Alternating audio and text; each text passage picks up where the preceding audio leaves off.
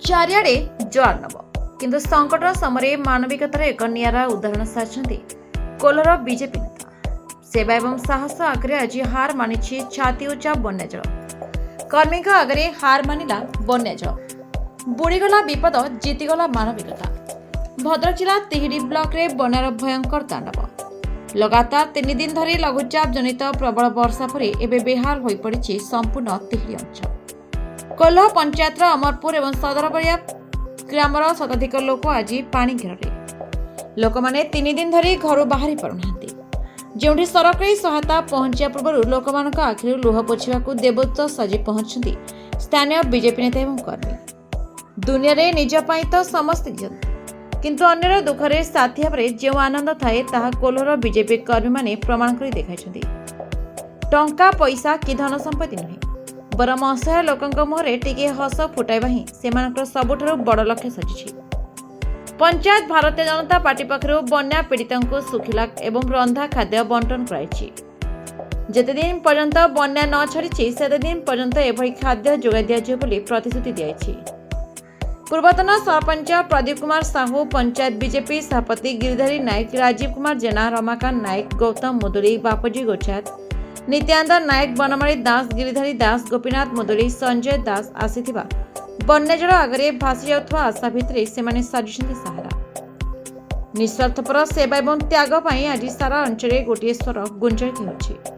मनीष ही आज चिन्हिछि मनीष। मो ना प्रदीप कुमार साहू, पूर्वतन सरपंच कोल्ह ग्राम पंचायत।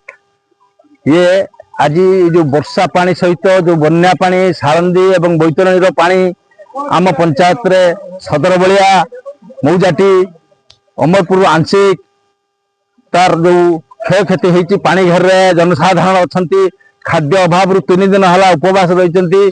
आम भारतीय जनता पार्टी तरफ आज आम सुखला खाद्य बर्तमान बंटन करुचु एवं तत्सहित रंधा खाद्य आम रोषे चली मध्याह्न भोजन देवाई समस्त को आम कर्मी माने रही ताकू बंटन करी ए कार्य समापन करने आम आम तरफ भारतीय जनता पार्टी तरफ आम सिद्धांत नहीं।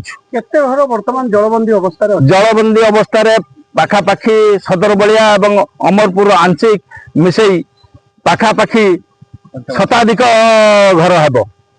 सरकार पक्षर कौन पदक्षेप सरकार तरफ पदक्षेप आसी पहुंची ना रिलीफ आसी पारे सरकार तरफ निश्चित भाव में आसो। सरकार तरफ आसिले आम मैंने भी रही भी सुषम बंटन कि हम निश्चित भाव में तदारख करूँ। मु गिरिधारी नायक कोल्ह पंचायत बीजेपी सभापति।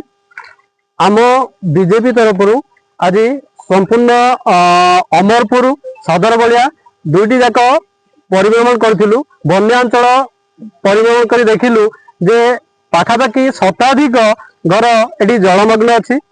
आम बीजेपी संगठन तरफ आमे आज सुकुला खाद्य सहित मध्याह्न भोजन व्यवस्था भी करूँ।